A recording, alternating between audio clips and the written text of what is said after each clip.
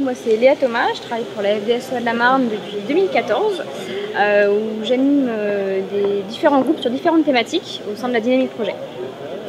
L'idée, c'est d'accompagner vraiment les agriculteurs sur différentes thématiques, où parfois ils peuvent se sentir un petit peu seuls, donc ils vont se dire bon bah c'est pas grave, ça j'y penserai une autre fois, et du coup en fait j'y penserai pas. Donc nous on va être là pour les accompagner vraiment dans ces démarches, ces réflexions, et on va organiser des conférences, des voyages d'études, des formations, etc. pour faire venir des conférenciers, des gens qui sont importants un petit peu dans le domaine, pour les aider un petit peu au fur et à mesure à construire leurs projets, leurs réflexions et avancer dans tout ça. Alors on a différents clubs, on a le club agriculture de conservation, clairement c'est celui qui fonctionne le mieux, on a à peu près une centaine d'agriculteurs qui sont dans ce club. Alors il y a des gens qui sont plus ou moins actifs forcément, mais on essaye de les rendre un maximum acteurs, parce que s'ils s'imprègnent du projet, etc., derrière nous on va pouvoir organiser des journées qui vont leur convenir et leur ressembler. Donc comme ça c'est du donnant-donnant. Et ouais, l'agriculture de conservation ça marche très très bien. Donc tout ce qui est les couverts, le semi-direct, le non-labour, le strip-till. D'accord. Ouais.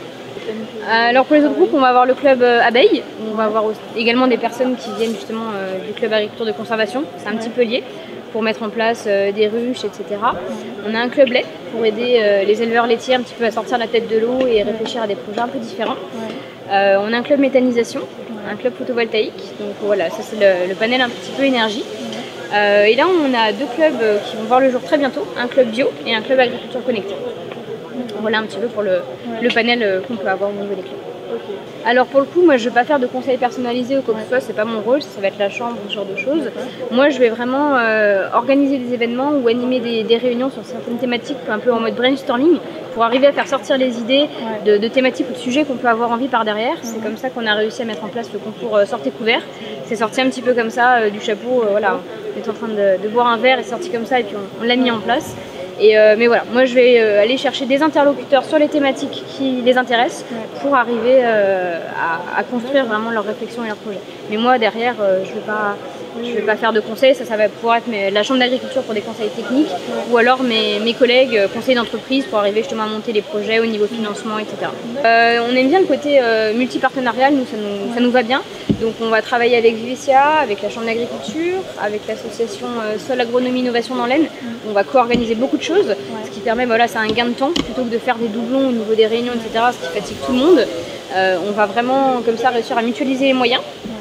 Et du coup, bah, voilà, ça évite que les agriculteurs, au niveau du message, c'est beaucoup plus clair. Et on est vraiment partisans de ça. Et voilà, par exemple, pour Sortez couvert, l'année dernière, on était 12 partenaires, cette année, on est 13. Et voilà. Et c'est l'émulation de groupe, c'est de se dire qu'il n'y a pas de... Il faut arrêter les guéguerres de chapelle. Le but, c'est vraiment de faire progresser les agriculteurs et les faire avancer dans leurs réflexions. Et voilà. Alors pour le coup, l'agriculture de conservation, ça se voit pas direct, c'est pas forcément toujours évident. Mais après, on va au fur et à mesure, on a tout type de profil. On a vraiment des juniors, on a des gens qui sont en transition, on va dire, et des gens qui sont dedans depuis très longtemps. Et en fait, on se rend compte que même ce mélange, on va dire, de niveaux, c'est très formateur pour tous. Et pour la cohésion d'équipe, ça apporte vraiment des choses. Et on se rend compte, voilà, il y a des gens au début, ils étaient très très réfractaires, de dire bah non, c'est pas facile. On sort de sa zone de confort, on fait des choses d'habitude on connaît, le conventionnel, etc. Là, on veut passer à d'autres choses. Et en fait, au fur et à mesure, ils se rendent compte que tiens, petit à petit, ça, je vais aller prendre à droite à gauche quand on va voir des gens, faire des voyages d'études, etc. Et après, je vais essayer de le ramener chez moi pour faire par rapport à mon exploitation. Et c'est vrai que quand on voit les gens 1 ou 2 ans après, ils disent tiens, regarde, j'ai mis ça en place et ça fonctionne. Et qu'on sent qu'ils sont, voilà, ils sont tout contents, ils sont passionnés. Et à chaque fois, ils me disent voilà, ils ont l'impression un peu de plus peut-être ressentir de nouveau leur métier d'agriculteur. Parfois, ils pouvaient avoir un petit peu l'impression d'avoir perdu parce que voilà, le technicien leur disait il faut appliquer ça, il faut faire ça, etc. Là, ils deviennent vraiment acteurs de ce qu'ils ont envie de faire et ça fait plaisir de les voir heureux et avancer dans leur réflexion.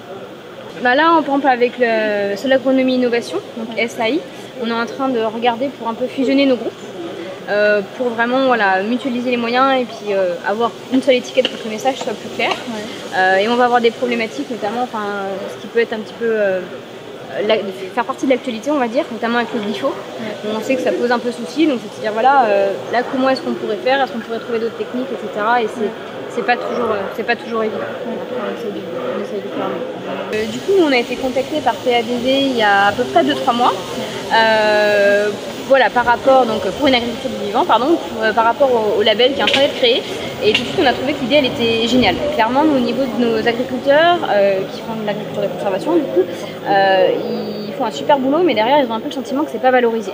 Donc voilà, il y a le label bio, mais ils sont pas dedans, et le conventionnel, enfin voilà, c'est plus ce qu'ils veulent. Et clairement d'avoir quelque chose en face qui valorise leur travail, tout ce qu'ils font et tout, enfin pour nous c'était top. Donc du coup on est en cheminement au niveau de tout ça pour mettre ça en place. Voilà, on s'était dit au niveau du début de l'année prochaine de pouvoir le lancer, faire partie donc de PADV, avoir le côté aussi agro pour la partie technique. Et ouais, je pense que ça va être une chouette opération et les agriculteurs ils seront contents.